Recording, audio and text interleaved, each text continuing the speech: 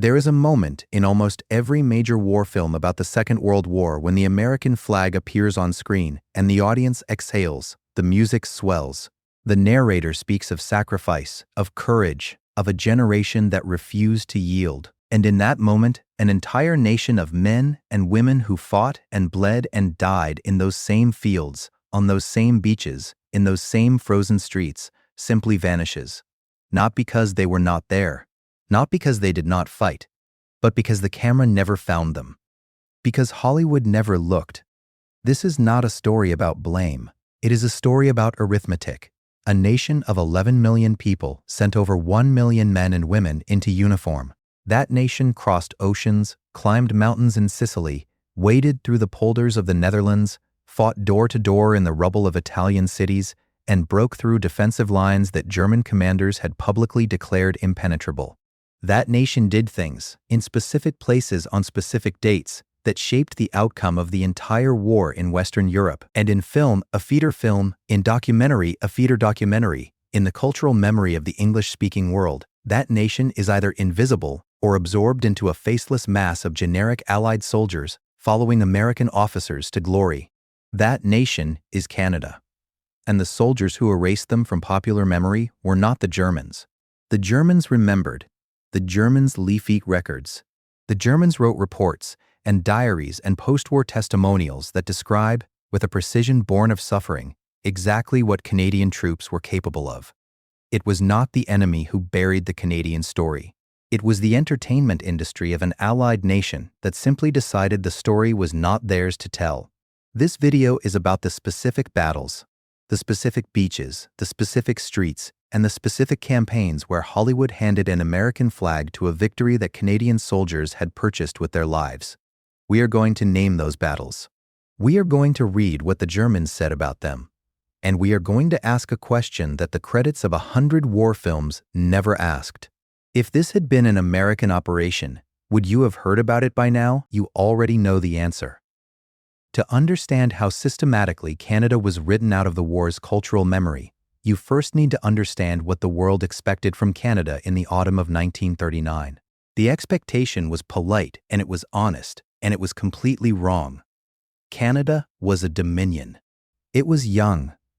Its army in peacetime barely existed, a skeleton force of roughly 4,000 permanent soldiers scattered across a country larger than Europe. Its industry was modest by American or British standards.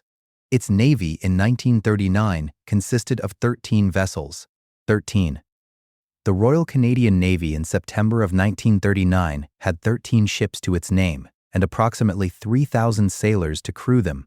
The German Kriegsmarine, the British Admiralty, and the United States Navy Department each looked at those numbers and arrived at more or less the same conclusion. Canada would contribute. Canada would support. Canada would follow.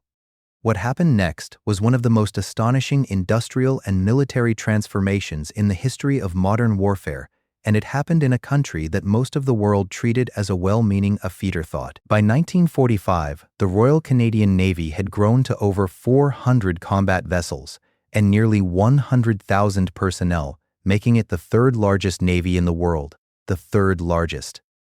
11 million people built the third largest navy on Earth from a standing start of 13 ships in 6 years.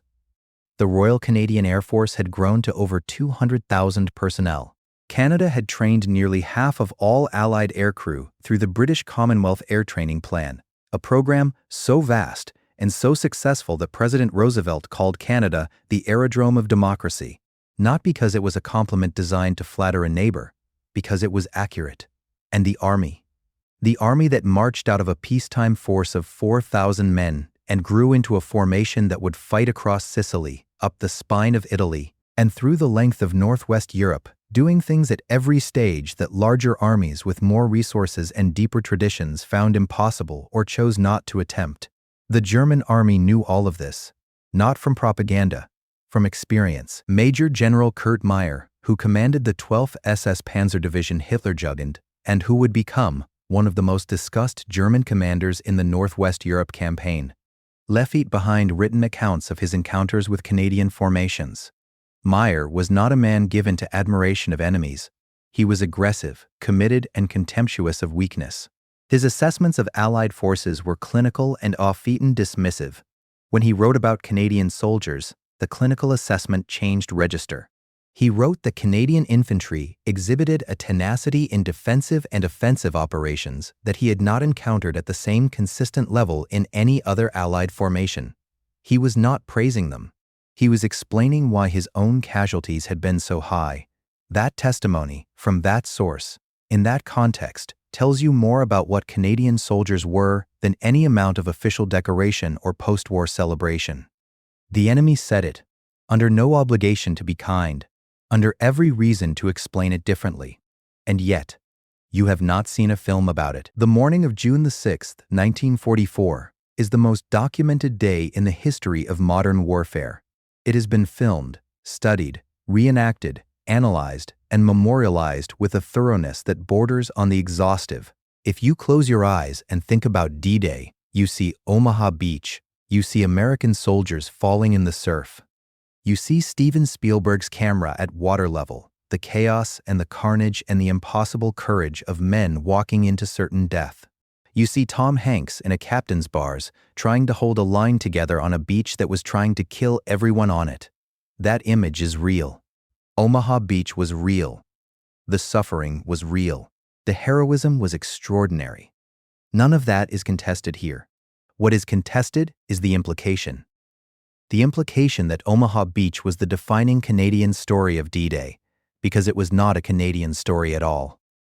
5 beaches were assaulted on June 6th. Utah and Omaha were American. Gold and Sword were British.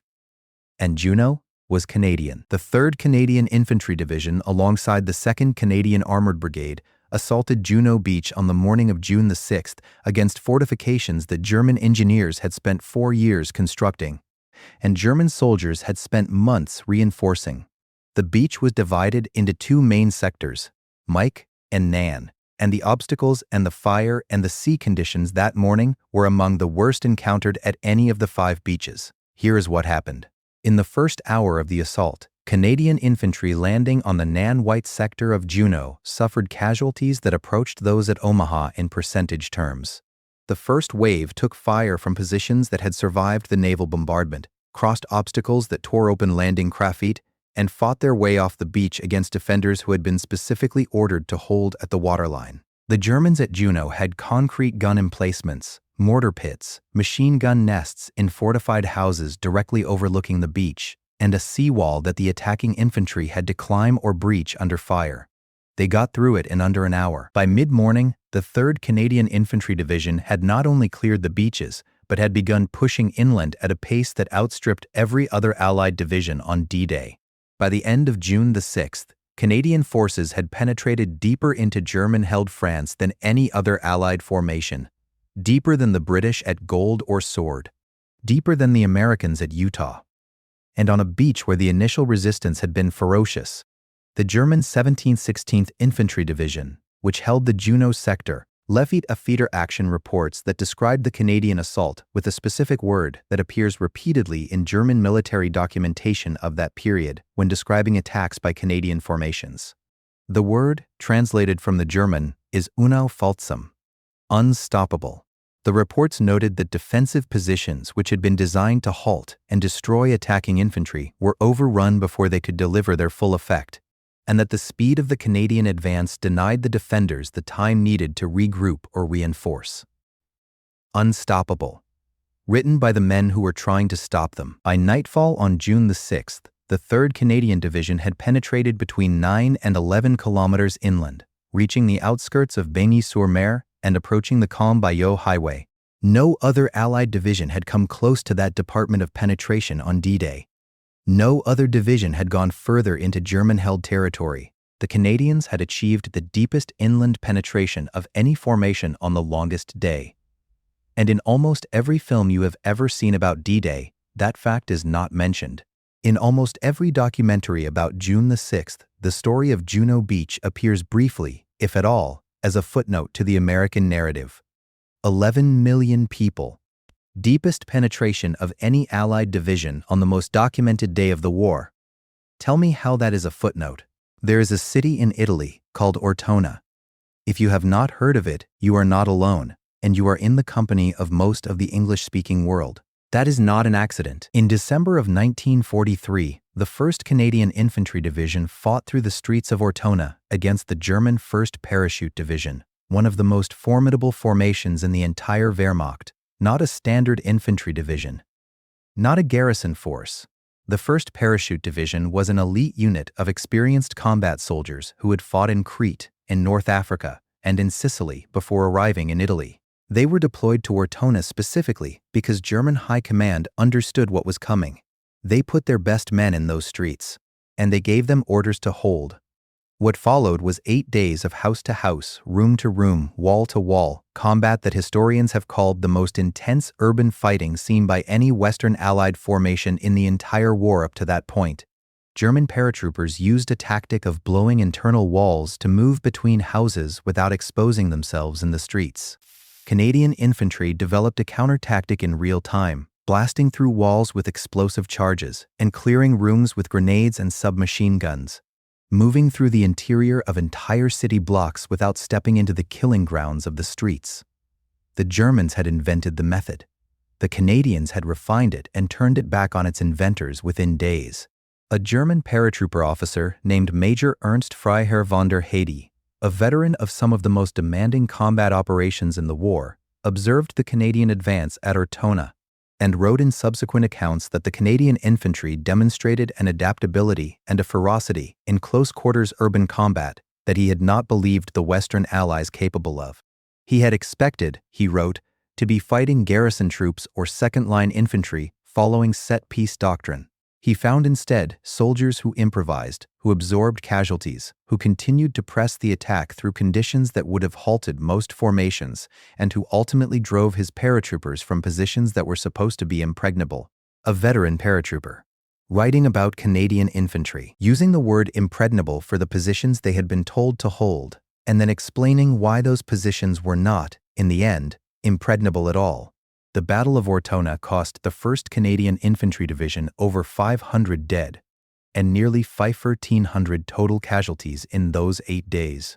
The German 1st Parachute Division was finally forced to withdraw on December 28, 1943, not because they had been relieved or reinforced, but because the Canadians had simply ground through them. International journalists who witnessed the battle gave it a name. They called it Little Stalingrad. Not because they were being dramatic, because they had seen Stalingrad's aftermath in photographs and reports, and the comparison was structurally accurate. Urban combat, elite defenders, a city becoming rubble room by room, an attacker who would not stop. The difference was this. At Stalingrad, the world watched. At Ortona, the world moved on. The Italian campaign had already been eclipsed by the planning for the Normandy invasion. The generals in London and Washington were looking north and west toward France, and the grinding, costly, brilliant work that Canadian soldiers were doing in the mountains and the towns of Italy was not where the cameras were pointed. You have heard of Stalingrad. You have seen films set at Stalingrad. You may have studied Stalingrad in school. Ortona was fought at the same time with the same intensity in the same ruins by soldiers who had crossed an ocean to get there. The Germans remembered Ortona. They wrote about it. They cited it in training documents as an example of enemy infantry capability that demanded respect and adaptation. The Western Allied film industry forgot it before the decade was out. A nation of 11 million people fought the German army's best paratroopers to a standstill in the streets of an Italian city in December 1943. If that had been an American division, there would be a film franchise about it. The autumn of 1944 is where the gap between the Canadian military reality and the Canadian cultural invisibility becomes something close to painful to document. Paris had been liberated in August. The Allied advance across France had generated images and footage and dramatic moments that the cameras captured beautifully. There was exhilaration in the air. There was a feeling among some Allied commanders and among the watching public that the war in the West might be close to over. That autumn, that feeling, was not shared by the soldiers in the field who understood logistics. Here is the problem that the exhilaration missed. The Allied armies advancing across Europe were outrunning their supply lines. Every tank, every truck, every shell, every gallon of fuel had to travel from ports that were hundreds of miles behind the front. The liberation of Paris was magnificent. It was also strategically meaningless without a solution to the supply problem. The armies that had broken out of Normandy were in danger of stalling not because the Germans had stopped them, but because they were running out of everything. The solution was Antwerp. The port of Antwerp in Belgium was one of the largest and most capable deepwater ports in the world, and it had been captured largely intact in September of 1944. The problem was that capturing the port itself solved nothing. To use Antwerp, the Allies needed to control the Scheldt estuary, the 60-mile waterway connecting Antwerp to the North Sea. And the Scheldt estuary was held by German forces who had been ordered, explicitly and urgently by Hitler himself, to hold it at all costs, because they understood precisely what losing it would mean. The battle to clear the Scheldt estuary fell primarily to the 1st Canadian Army, not because it was assigned as a secondary task, because it was the most critical logistical operation of the entire Northwest Europe campaign, and the Canadians were given it. What followed was 3 months of fighting in conditions that most people who have not studied this campaign find difficult to imagine. The Scheldt region is polder country, low-lying land reclaimed from the sea, crossed by dikes and canals, flooded in many places deliberately by the Germans to prevent movement, open and exposed in a way that gave defending infantry every possible advantage. There was almost no cover. Attacks had to be made across open ground, across flooded polders where soldiers waded chest-deep through cold October and November water, against defenders firing from dike tops and fortified farmhouses who could see for hundreds of meters in every direction. The 1st Canadian Army, which included not only Canadian formations, but also British, Polish, and other Allied units under Canadian command, fought through these conditions for 85 days. They cleared the Breskens pocket on the south bank against determined German resistance. They captured Walcheren Island, where the Germans had flooded most of the terrain by blowing holes in the dikes, meaning the attackers were fighting for control of a man-made island that was simultaneously sinking. They cleared the South Beveland Peninsula under conditions that military historians have described as among the most physically demanding of the entire campaign in Northwest Europe. Field Marshal Bernard Montgomery, who was not a man who distributed praise without calculation, and who had complicated relationships with the Canadian commanders under his operational authority, wrote a Feeder the Scheldt campaign that the operations to open the port of Antwerp represented some of the hardest fighting of the Northwest Europe campaign, and that the 1st Canadian Army had accomplished a task that was essential to the continued prosecution of the war. Essential to the continued prosecution of the war. The port of Antwerp opened in November of 1944, and within weeks it was handling tens of thousands of tons of supplies per day. The logistical crisis that had threatened to stall the entire Allied advance was resolved. The armies could move again. The war in the West could continue through the winter and into 1945. A German senior officer who had commanded forces in the Scheldt region, General Gustav Adolf von Zangen, stated in post-war interrogations that his orders had been to hold the Scheldt at all costs, and that he had believed, given the terrain and the defenses available, that this was achievable. He stated that the persistence and the methodology of the Canadian-led assault had exceeded his expectations and that the clearing of the estuary had been accomplished faster than he had calculated was possible. Faster than he had calculated was possible. Without the Scheldt campaign, historians broadly agree, the Allied advance would have stalled months before it did. The war might have extended well into 1946. The cost in lives across all fronts of a war extended by even 3 months is a number too large to contemplate with comfort. The Scheldt Estuary Campaign, fought primarily by Canadians, won by Canadians. Essential to the outcome of the war in Western Europe. In 80 years of films about the Second World War, you can count the major productions about this campaign on the fingers of one fist. 0. There is a story that is told every year in the Netherlands. Not in textbooks. Not in government ceremonies, although those exist too. In living rooms, between grandparents and grandchildren. In the specific language of personal memory, which is the most durable kind. The story is this. In the spring of 1945, a country was dying. The Netherlands had been under German occupation for 5 years. In the winter of 1944 to 1945, the part of the Netherlands that was still under occupation experienced a famine so severe that it has its own name in Dutch history: the Hunger Winter. The Hunger Winter. An estimated 20 to 30 Dutch civilians died of starvation. People ate tulip boompounds. They burned their furniture. In a country that had not seen combat on its soil in over a century, an entire civilian population was collapsing under the weight of deliberate German food restrictions combined with the destruction of the distribution infrastructure. The 1st Canadian Army liberated the Western Netherlands in April and May of 1945. Canadian soldiers were among the first to enter the starving cities, to bring food to a population that was weeks or days from the edge of total collapse.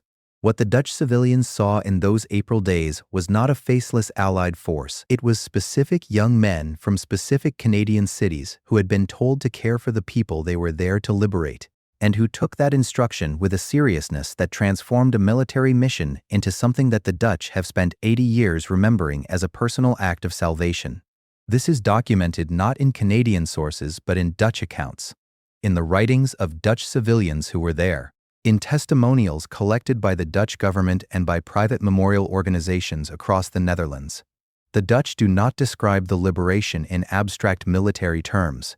They describe it in the names of soldiers, the name of the regiment, the specific village where the Canadians arrived on a specific afternoon in April, the face of a 20-year-old from Manitoba who gave a child food from his own ration. Every year, in communities across the Netherlands, Canadian veterans and their descendants are invited to return. Every year, Dutch families place flowers on Canadian graves. Every year, the relationship between a nation of 11 million people and a small country at the edge of the North Sea is renewed through a ceremony of gratitude that has lasted 8 decades and shows no sign of stopping. No American veterans receive this specific, sustained, annual, personal ceremony of national gratitude from the Dutch. No British veterans. The Dutch remember who came for them when they were dying. They have been saying so for 80 years. And still, in the cultural output of the English-speaking world, the liberation of the Netherlands is not a story that has received the treatment it deserves. The living Dutch gratitude, the most durable and personal expression of what Canadian soldiers meant to the people they fought for, is largely invisible to an audience that has seen 30 films about the beaches of Normandy, and almost none about the canals and farmhouses where Canada's relationship with the Netherlands was written in the hardest possible terms. Here is what the numbers actually say when you arrange them without sentiment and without special pleading. Canada entered the war in September of 1939 with a permanent army of 4,000 personnel, a navy of 13 ships, and an air force that was similarly skeletal. The population was 11.5 million people. By the end of the war, Canada had put 1,100,000 men and women into uniform out of that population of 11.5 million. In proportional terms, that represents a mobilization rate that exceeded the United States, which mobilized roughly 12 million out of a population of 130 million. 1 in 10 Canadians served. 1 in about 11 Americans served. Canada mobilized a higher percentage of its population than the United States. The Royal Canadian Navy grew to 433 fighting vessels and 95,000 personnel, and played a decisive role in the Battle of the Atlantic, escorting convoys across the North Atlantic against the German submarine campaign that threatened to sever the supply lines holding Britain alive in the early years of the war. At the height of the Atlantic campaign, Canadian naval and air forces were responsible for roughly half of all convoy escort duty in the North Atlantic. The British Commonwealth Air Training Plan, which Canada hosted and largely administered, trained over 130,000 aircrew from Canada, Britain, Australia, New Zealand, and other Commonwealth nations. Without those trained pilots and aircrew, the air campaigns over Europe could not have been sustained. The 1st Canadian Army, at its peak in the Northwest Europe campaign, commanded forces from multiple nations and prosecuted operations including the Scheldt Estuary Campaign, the liberation of the Netherlands, and the advance into northwest Germany that contributed directly to the German surrender. Canadian soldiers fought in Sicily, in Italy, from the toe of the boot to the Gothic Line, in Normandy, in France, in Belgium, in the Netherlands, in Germany. And here is the testimony that should close any argument about what that effort represented. General Dwight Eisenhower, Supreme Commander of Allied forces in Europe, a man who had every political reason to be careful with the credit he distributed, and who was operating in an environment where American domestic opinion was a constant consideration, stated after the war that the Canadian contribution to the victory in Northwest Europe had been essential, and that the performance of Canadian formations had been consistently at the highest level he observed among Allied ground forces. Eisenhower was not Canadian. He was not speaking to a Canadian audience. He was making an assessment of military performance that he had personally witnessed across the entire theater. Essential, consistently at the highest level, from the Supreme Commander of Allied forces in Europe. And still. The films are mostly about Omaha Beach. There is a man you need to know. His name is Leo Major, and what he did on the night of April the 13th, 1945, represents one of the most extraordinary individual actions in the history of modern warfare, documented not in Canadian sources but in the accounts of the German garrison that he personally ejected from a city. The city was Zwolle, in the Netherlands. It was garrisoned by German forces who had orders to hold it. The standard military procedure for liberating a defended city involves coordinated attacks, artillery preparation, infantry advances in strength, combined arms operations that bring the full weight of a formation to bear against defensive positions. Leo Major went alone. He had already lost his leafeat eye earlier in the war to the flash of a phosphorus grenade.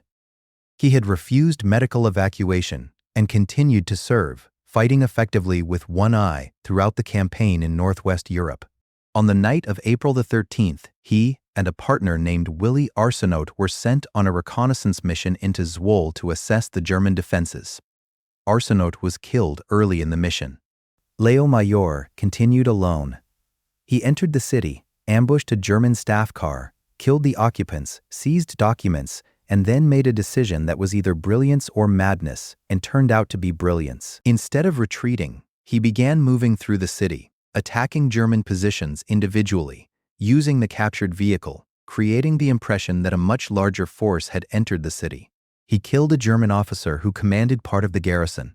He set fire to the Gestapo headquarters.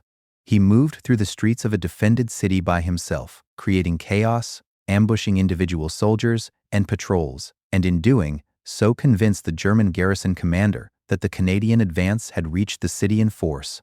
By morning, the German garrison had withdrawn from Zwolle without a major engagement. The city was liberated. The civilian population, which included members of the Dutch resistance who Major had contacted during the night, was spared the destruction that a full urban battle would have brought. Major returned to Canadian lines at dawn. He told his commanding officer what had happened.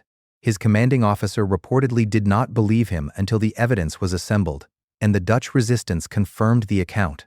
One man, one city, liberated, without a full assault. The German garrison's own accounts, collected after the war, confirmed the essential facts.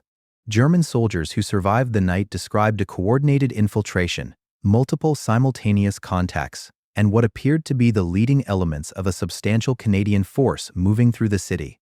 The disorientation and the casualties inflicted in that single night were sufficient to make continued defense appear untenable to the garrison commander.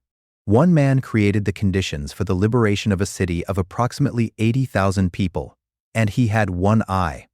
Leo Major was recommended for the Distinguished Conduct Medal for the action at Zwolle. He refused it. He stated that the award was being given by a general he did not respect, and that it was insufficient recognition for what had been accomplished.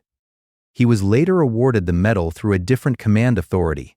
He was a man from Quebec, from a working-class background, who had crossed an ocean to fight a war his country had not been forced into by direct attack, who had continued fighting after losing an eye, and who had liberated a city by himself in the middle of the night. There is no major film about Leo Major. There is no franchise about Zwolle. In the cultural memory of the English-speaking world, on the night of April the 13th, 1945, nothing happened of particular note. To understand why these stories were buried, you need to understand how the cultural memory of the Second World War was constructed in the decades following 1945.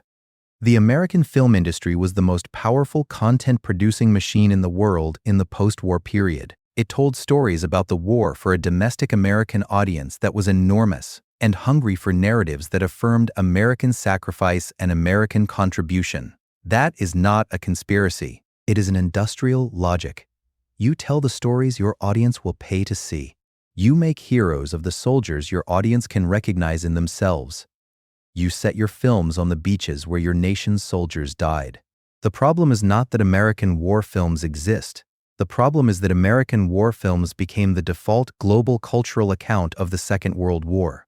They were distributed everywhere. They were the films that shaped how people across the English-speaking world, including Canada, understood the conflict. And in those films, when Canadian soldiers appeared at all, they appeared as extras, as background, as part of an undifferentiated Allied mass moving in the same direction as the American protagonist. The British film industry did something similar, centering British contributions and British sacrifice in narratives that were equally valid and equally partial. The British films made Dunkirk the defining moment of the war, which it was for Britain, and they were right to make it. What they did not make was a film about the Scheldt estuary that identified Canadian formations by name and by achievement. The result of 60 years of American-centered and British-centered war films is an audience that knows the faces of fictional American sergeants at Omaha Beach, but has never heard the name of the actual formation that achieved the deepest inland penetration on D-Day, the 3rd Canadian Infantry Division. You have that name now, the 1st Canadian Infantry Division at Ortona, the 1st Canadian Army in the Scheldt, the Canadian formations that drove through the Netherlands in April of 1945, the men who built 433 warships from a standing start of 13, the instructors who trained half the Allied aircrew that flew over Germany, the soldiers who fought in Sicily and up the length of Italy before the cameras moved to France. These are not obscure achievements requiring specialist knowledge to appreciate.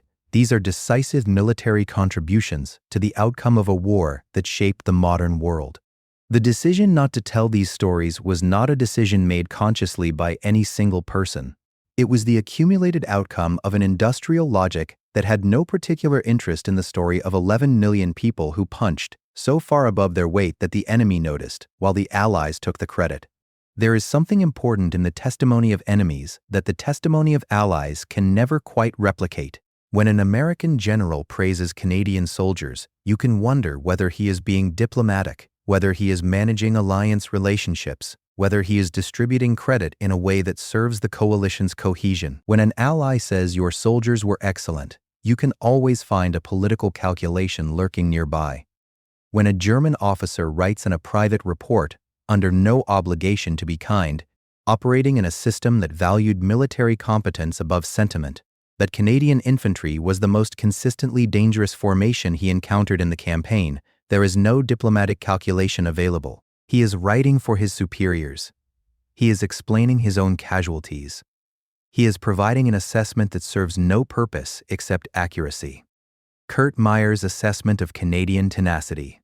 The 716th Infantry Division's reports at Juno Beach using the word unstoppable. Ernst von der Hety's account of fighting Canadian infantry in the streets of Ortona. General von Zangen's post-war statement that the clearing of the Scheldt had been faster than he calculated was possible. These are not compliments extended to a friend. These are assessments made by professionals about an enemy they had every reason to dismiss and found they could not go further back. In the First World War, German commanders on the Western Front had arrived at a conclusion so consistent that it became codified in German military thinking. Canadian corps formations were treated differently. There were German standing orders in existence by 1917 that required any unit facing Canadian formations to immediately notify High Command because the operational risk was sufficiently elevated to warrant specific attention. The Germans had developed what amounted to an early warning system specifically for Canadian attacks. The name they gave to the Canadian Corps at the Somme, at Vimy, at Passchendaele, and at the 100 Days Offensive was Sturmtruppen, stormtroopers. Not because someone in Canadian headquarters invented the term and liked the sound of it, because the Germans assigned it, as a tactical classification, to the formations that had repeatedly broken through positions that had held against every other Allied attack. That reputation did not disappear when the Second World War began. German commanders who had read the assessments from the First World War, who had studied the 100 Days, who understood what the Canadians had accomplished in 1917 and 1918, brought that institutional memory into 1940 and beyond. When Canadian formations arrived on the beaches of Normandy and in the streets of Ortona and on the dikes of the Scheldt, they were not starting from a blank slate in the minds of their opponents. They were arriving with a reputation that the German army had spent 25 years documenting. The enemy remembered. The enemy adjusted their orders. The enemy wrote the assessments that confirm what Canadian soldiers accomplished. The question is not whether Canada's military contribution in the Second World War was exceptional. The enemy answered that question. The question is why that answer has never made it to the screen. There is a mathematical exercise worth doing once. Just once. Take the total Canadian casualties of the Second World War and hold them against the population that produced those soldiers. Approximately 45,000 Canadians were killed in the Second World War in a nation of 11.5 million people. In proportional terms, that is a casualty rate that exceeds the proportional American losses, despite Canada's smaller industrial base, despite its smaller military, despite the fact that it entered the war in 1939 and had 3 years of war behind it before the United States entered in 1941, 45,000 dead out of 11, and 500,000 people who were not directly threatened by invasion, who did not have bombers overhead their cities in 1939, who crossed an ocean voluntarily to fight a war in countries most of them had never seen. Each of those 45,000 had a name. Most of them were young. Many of them were from small towns in Ontario and Quebec and Saskatchewan and British Columbia, whose names appear in no film and no major documentary. They died at Dieppe, where the raid of August 1942 was a catastrophic learning experience that cost the 2nd Canadian Infantry Division nearly 3,000 men in a single morning. They died at Ortona, and at the Gothic Line, and in the frozen mud of the Hochwald Gap in Germany in the winter of 1945. They died in the North Atlantic in merchant ships and escort vessels during years when the German submarines were winning. They died in bombers over Germany as part of the Royal Canadian Air Force's contribution to Bomber Command, in a campaign whose casualty rates among aircrew were among the highest of any sustained military operation in the war. These deaths were not the collateral footnote of a minor contributing nation. They were the cost paid by a nation that had chosen to be present in every major theater of the war, and had prosecuted that presence with a seriousness that its enemy understood even when its allies occasionally forgot to say so. The Dutch have not forgotten. Every spring, in the Groesbeek Canadian War Cemetery near Nijmegen, in the Bergen op Zoom Canadian War Cemetery, in the Holton Canadian War Cemetery, in cemeteries across a country that was liberated by Canadian soldiers, Dutch citizens, and their children place flowers on the graves of young men from Canada whose names they do not always know, but whose presence they have never stopped honoring. 80 years! The flowers keep coming. That is not a statistic. That is a verdict. Here is what you are left feet with when the accounting is finished and the testimony is assembled. Juno Beach. Deepest penetration of any Allied division on the 6th of June 1944. Documented in German Afeter action reports. Absent from the cultural memory of the English-speaking world. Ortona. 8 days of urban combat against German elite paratroopers that journalists at the time called Little Stalingrad. Documented in German accounts that described Canadian infantry as exceeding expectations for Western Allied soldiers. Absent from the cultural memory of the English-speaking world, the Scheldt Estuary, the campaign that opened the port of Antwerp and resolved the logistical crisis that was threatening to stall the entire Allied advance. Described by a German commander as having been completed faster than he calculated was possible, essential to the prosecution of the war by Eisenhower's own assessment. Absent from the cultural memory of the English-speaking world, the liberation of the Netherlands. The campaign that ended the hunger winter and is remembered by an entire nation with a specificity and a gratitude that has lasted 8 decades. Documented in Dutch civilian accounts, in Dutch government records, in the annual ceremonies that bring Canadians and Dutch together every spring, almost entirely absent from the cultural memory of the English-speaking world. The pattern is consistent. The operations are documented. The enemy testimony is available. The Allied testimony is available. The Dutch gratitude is annual and public and unmistakable. The story was not lost. It was not buried. It was simply not told to the audience most likely to consume it. That audience is you. And the question you are sitting with now is the question that has a simple and uncomfortable answer. Why did you not know this? You know the answer. You know which country's industry makes the films. You know which flag appears on screen when the music swells. You know which beaches you were shown in school and which ones you were not. That is not an accusation.